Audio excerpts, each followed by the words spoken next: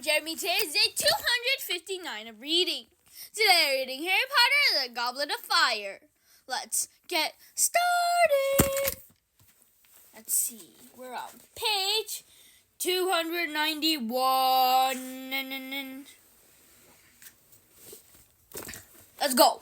He'd want you to tell him, said Hermione sternly. He's going to find out anyway. How? Harry, this is not going to keep quiet, said Hermione, very seriously. This tournament's famous, and you're famous. I'd be really surprised if there isn't anything on the Daily Prophet about you competing.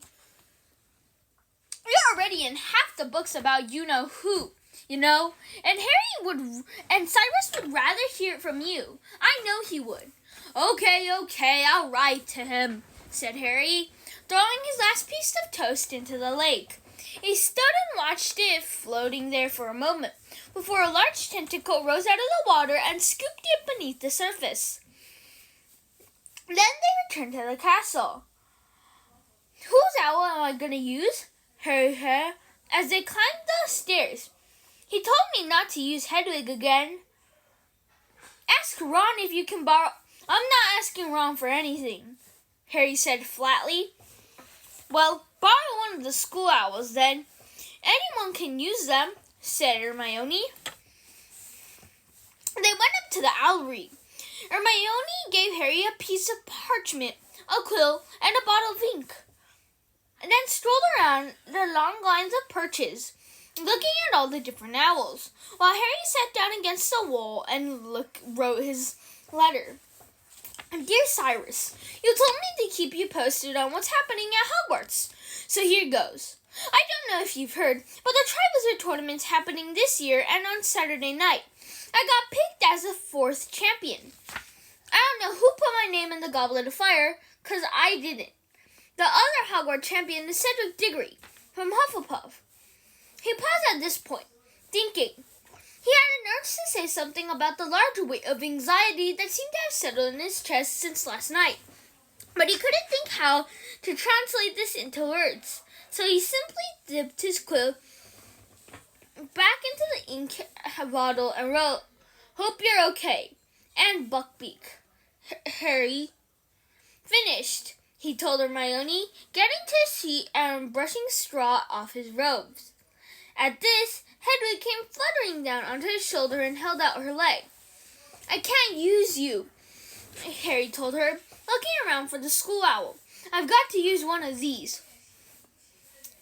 Hedwig gave a very loud hoot and took off so suddenly that her talons cut into his shoulder. She kept her back to Harry all the time he was tying his letter to the leg of a large barn owl. When the barn owl had flown off, Harry reached out to stroke Hedwig, but she clicked her beak furiously and soared up into the rafters up out of reach. First Ron, then you, said Harry angrily. This isn't my fault. If Harry had the thought that matters would improve once everyone got used to the idea of him being champion the following day, showed him how mistaken he was. He could no longer avoid the rest of the school once he was back at lessons.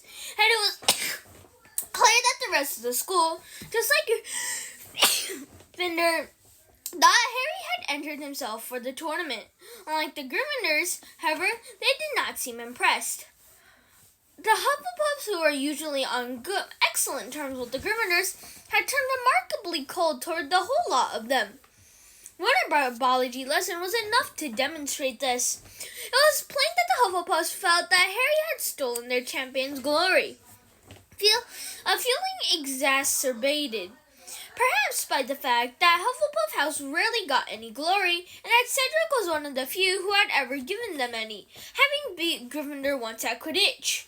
Ernie Macmillan and Justin Finch Fletchley, with whom Harry normally got on very well, did not talk to him even though they were repotting bouncing balls at the same tray, though they did laugh rather unpleasantly when one of the bouncing balls wriggled free from Harry's grip and smacked him hard in the face. Ron wasn't talking to Harry either. Hermione sat between them, making very forced conversation, but though both answered her normally, they avoided making eye contact with each other. Harry thought even Professor Sprout seemed distant with him. But then, she was head of the Hufflepuff house. He would have been looking forward to seeing Hagrid under normal circumstances, but the care of magical creatures meant seeing the Slytherins too. The first time he would come face to face with them since becoming champion.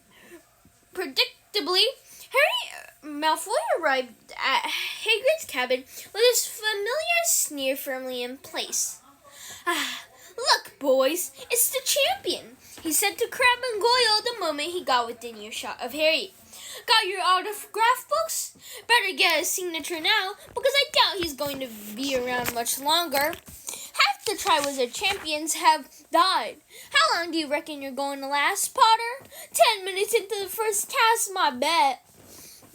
Crabbe and Goyle guffawed sycophantically, but Malfoy had to stop there because Hagrid emerged from the back of his cabin, balancing a teetering tower of crates, each containing a very large blast-ended Scroot.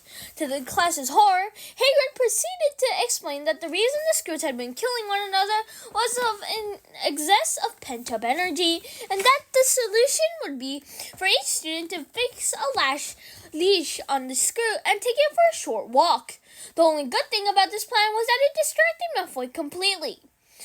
Take this thing for a walk, he repeated in disgust, staring into one of the boxes. And where exactly are we supposed to fix the leash? Around the seeing, the blasting end, or the sucker? Round the middle, said Hagrid, demonstrating. You might want to put on your dragonhide gloves, just as an extra precaution. Like, Harry, you come here and help me with this big one. Hagrid's real intention, however, was to talk to Harry away from the rest of the class.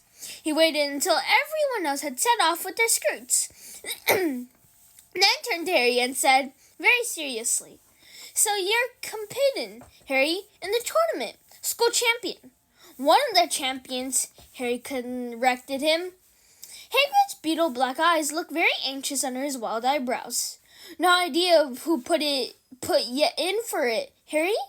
You believe I didn't do it, then?" said Harry, concealing with difficulty the rush of gratitude he felt at Hagrid's words.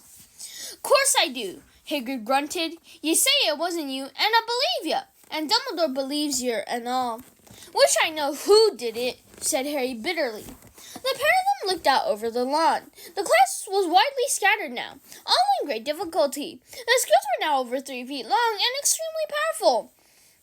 No longer shell-less and colorless, they had developed a kind of thick, grayish, shiny armor.